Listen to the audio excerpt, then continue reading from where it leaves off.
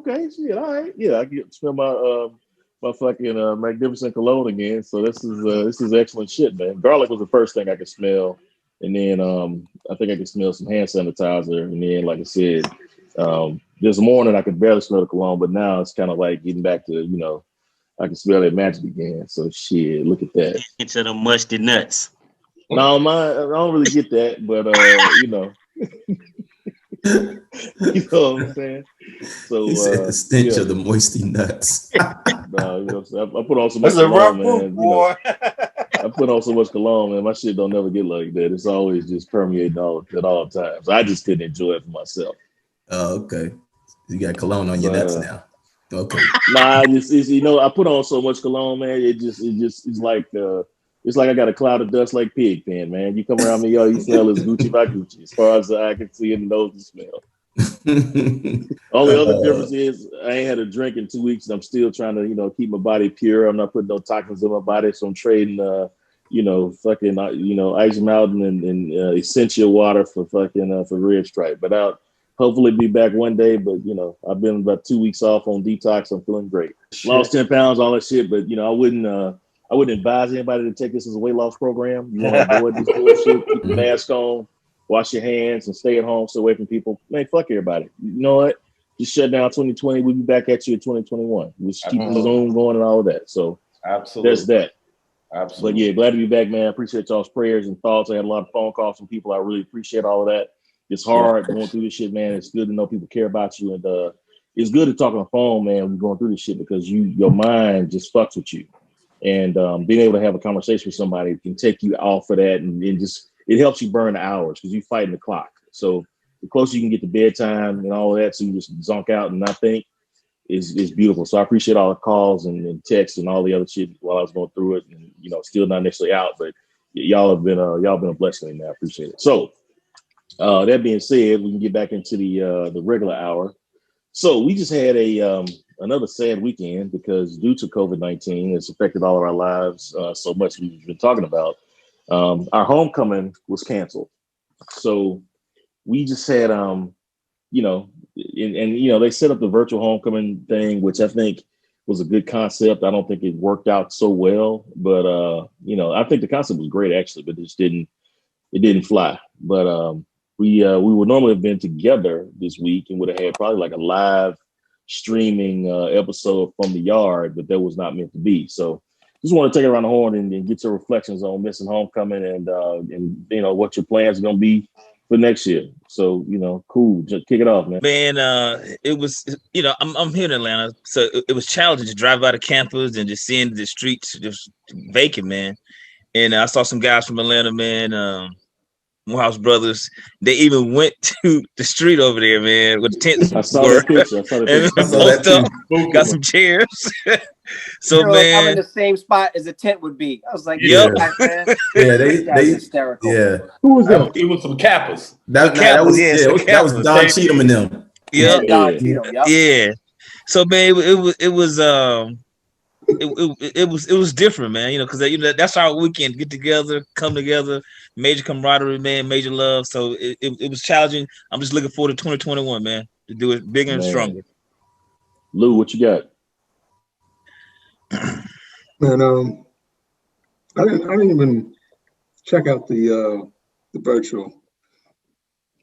It's not the same, man. Like I said, being there in person, talking shit with everyone, having some drinks, getting your feet on. So I didn't even check out the virtual, man. It just went.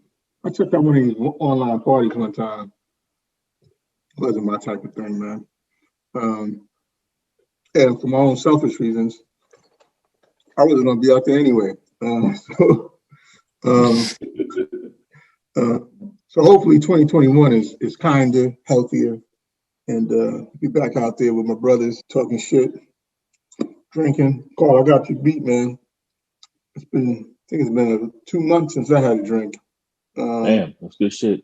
And over the last year, I probably only had 2 in 2020. See, I'm focused on health now, man. You know what I'm saying? I'm about to try, get my workout in order. You know what I'm saying? Try to stay off the drink. You know what I'm saying? It's my goal next homecoming to be out there with my shirt off. You know what I'm saying? Not that I didn't do that at reunion, but yeah.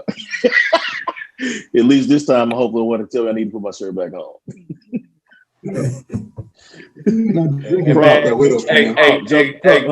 There's some low-cal beers out there, low-cal alcohol and everything. I'm cool with the devil around, man. It's always a devil. And it still gets you the same buzz. Hell no. I'm gonna stick with my red stripe. I'm gonna stick with my red stripe in my champagne, man. I'm gonna stick with that. Crump, pick it up, man. Yeah, man. So first of all, I don't do no low-cal nothing. But anyway, yo, this shit sucked, man. I mean, I had folks calling me up talking about happy homecoming, and I'm like, man, y'all get the fuck up out of here with that shit. I don't. What's crazy is that folks was calling me, about 2 or 3 people called me, man. Folks, it was like, yo, just sad it in a motherfucker, man. And it's like, man, I had great hopes, man, especially, kind of linking up with y'all fools. But, it's what it is, man, And so hopefully next year we can get over this hump and we can get back to doing what we normally do. But it is definitely hard, man, because literally Saturday night, I'm just sitting in my basement listening to freaking whatever and just like, man, this is some bullshit by myself, So, yeah. I was by myself too. Yeah, well, So that's all I can say about it, man. Shit was sad, bro. Quasi, you got thoughts? Yeah, my thoughts real quick. For me, obviously I miss y'all, man. And I know we do our thing weekly, which is always good. But you missed the overall camaraderie and brotherhood and friendship. So that was huge for me. But the other part, and Cool K can appreciate this, when you have a child at Morehouse or at Spelman, right? And you get a chance to partake of that with your child, you miss out on it, and last he was down there last year. Yeah, the last 2 homecomings, it was cool to be down there with my son and show him shit, you know what I mean? And now he's a junior and we missed out this year, you know what I mean? It was one of those, like, obviously I'm glad to have him home, but I would have loved to have really been in Atlanta with him doing homecoming weekend, because he loves seeing how we all interact as boys, you know what I mean? He's like, damn, Dad, like, these still your dudes from 30 years ago. I was like, yeah, these are my motherfucking, well, I can't say the N-word, ninjas, right? Now, you know where I was about to go, but, yeah, he sees that, man, and he seriously respects and reveres that type of friendship and brotherhood that we have, man. And that was the other big part about missing homecoming. So I get that. JT, what's up? Yeah, no, it was definitely very sad to kind of, experience it virtually, to understand it. And I hadn't been at, homecoming for a minute. And so it was good to kind of connect last year. And then like, okay, yeah, now I'm ready to get back in it. When we ended last year and the wait 364 days, and then here we are with COVID hitting, it hits kind of tough. But what concerns me is that if you don't have a vaccination, come next year, or everyone doesn't have it, how's homecoming even going to look?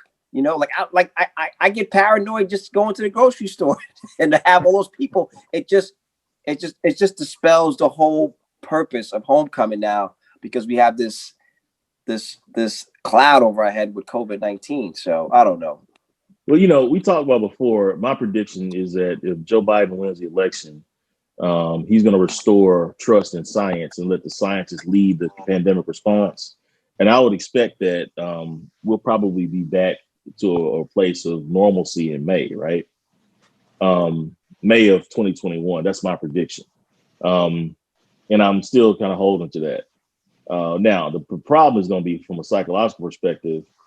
Man, homecoming is like, man, that shit it's packed out there. I mean, it's belly to back like Middle Passage.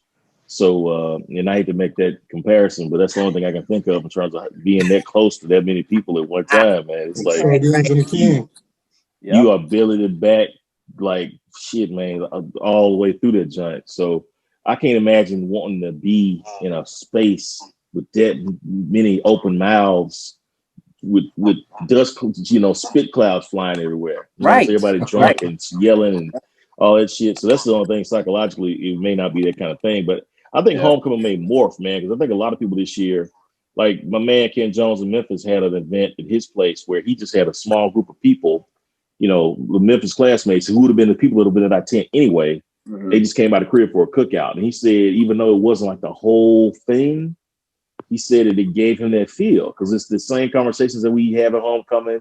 You just don't get to see everybody. You know what I'm saying? The thing I like about it is you get to slap hands with dudes you don't usually see. You know, you catching up on people. You start to see kids, the kids growing up and all that kind of stuff. So, and I like that part. But I think we're just probably going to morph into much more like it was when we was at reunion, where you get with your crew and you do the thing with your crew, and that's going to be kind of like how you move around.